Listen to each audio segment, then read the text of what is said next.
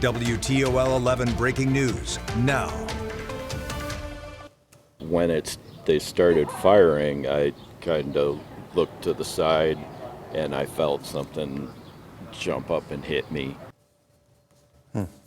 You just heard from one of the victims of the mass shooting that happened near the Old West End Festival on Saturday. He speaks about the moment he realized he was shot. This mass shooting left 12 people injured, including that man. So this is a story that we continue to track to give you the latest information. We have Tim Miller in studio tonight breaking down where the investigation stands at this hour, and Megan Hartnett is giving us an update on exactly what a mass shooting is. Yeah, and how many we have seen over the last few years. Annalise Corneo Garcia live at tonight's neighborhood support session for those impacted by the shooting. And also Anthony DeFilippo, he had a chance to talk to a band that was performing on stage at the festival when everything went down. A local church set up a neighborhood support session to help with the aftermath of the shooting. So let's go now to Annalise. She is covering this for us this afternoon. Annalise. Yeah, guys, I'm standing here outside of Collingwood Presbyterian Church where I actually met Damian Camacho. He was an attendee at the festival. He says he was just 100 feet away from where shots rang out. And he says that's actually where one of his friends was also shot. He said he heard 3 shots ring out before then all of a sudden chaos emerged, describing people running into backyards screaming. Some of those people ended up in his house just down the street where he said strangers gathered for safety and were crying. He later found out one of his friends was caught in the line of fire. He says he attended the meeting today because he's traumatized and needed people to talk to about his experience. There, he said people were offered community resources and shared messages of support. It's just been so awful to know that if I had just decided, hey, I'm going to go check out my friend's band at the Arboretum, one of those stray bullets could have hit me, my family, my friends, any person. And seeing the age ranges from 14 to 61, 12 people injured, it's just so, it's really heartbreaking. I spoke with other community members who attended the meeting today, and they said they're demanding action. And they're also offering solutions as to what they want to see happen so that incidents like the one this weekend doesn't ever happen again. Reporting in the Old West End, Annalise Cornejo Garcia, WTOL 11. All right, it'll be interesting to hear what those solutions are. Now to the latest on the investigation into this weekend shooting. The hunt for the suspects continues here at 5, and Ohio's Lieutenant Governor reacted to what happened today while in Toledo. Tim Miller is live in the studio with us tonight where things stand now. Tim? Kaylee and Jeff, Toledo police have still not taken any suspects into custody, so that's job one right now. They are pleading with anyone who was at the Old West End Festival when this happened Saturday night to come forward with information or video.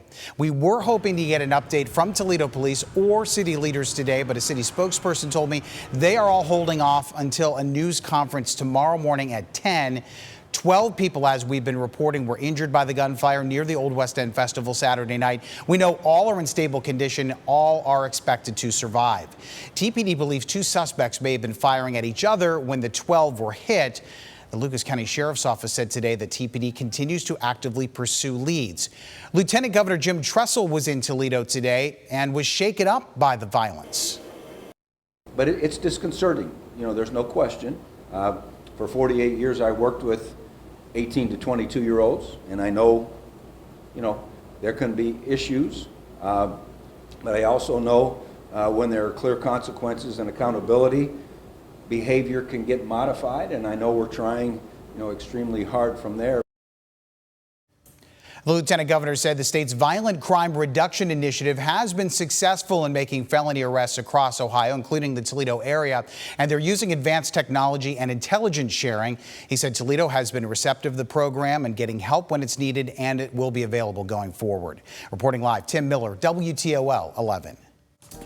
All right, thanks, Tim. And Governor Mike DeWine addressed the shooting earlier today, saying that his heart goes out to the victims and their families and that there will be justice. We have every confidence in the police department. We have every confidence that they will find and be able to arrest the individuals who participated in this. The governor went on to say that his administration did send in the Ohio State Highway Patrol as they could assist in this situation. This mass shooting is just one in more than 15 that have happened in Toledo through the past 10 years.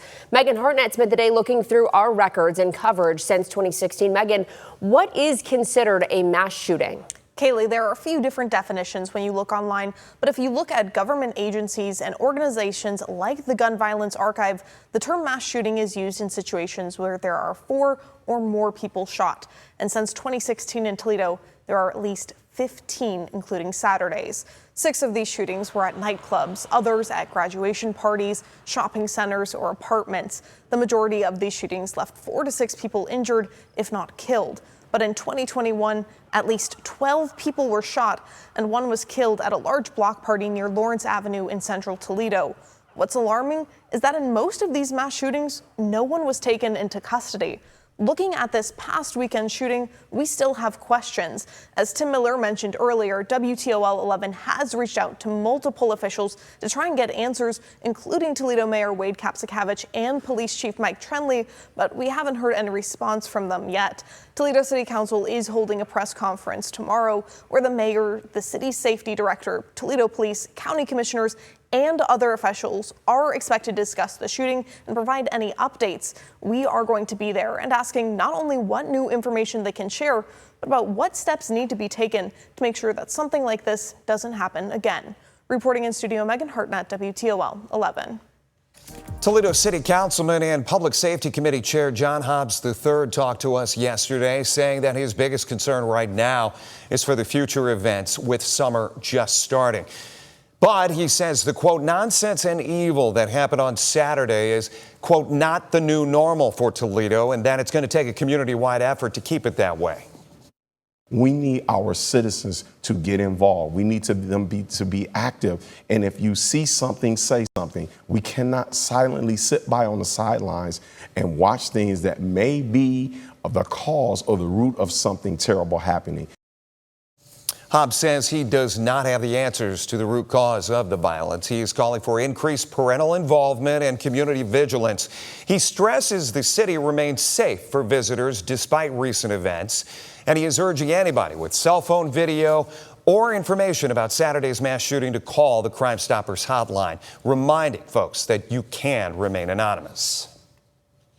In the days after the mass shooting near the Old West End Festival, we've heard from festival goers, volunteers, vendors, and neighbors. And today we are hearing from the band that was performing live at the Arboretum when that gunfire rang out. Anthony DeFilippo, he spoke to all 4 members of that band yesterday, or today rather. He joins us now live outside the safety building. So how did they describe things?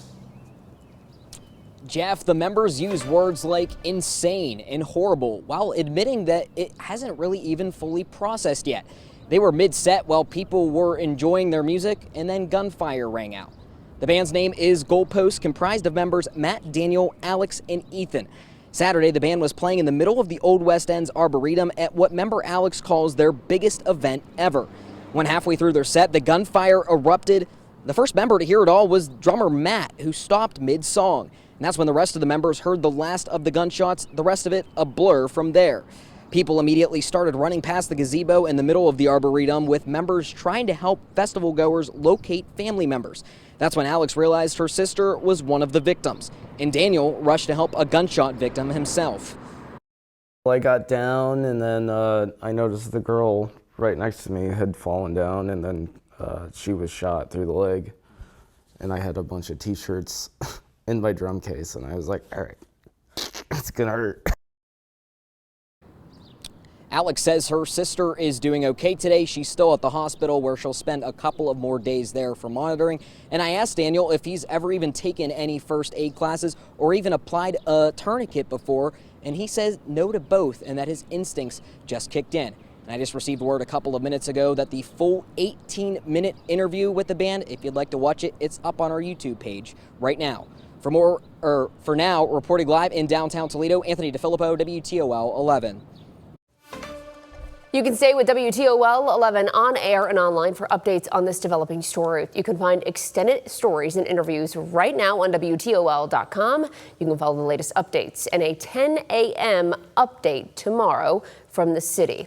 Streaming live only on WTOL 11+.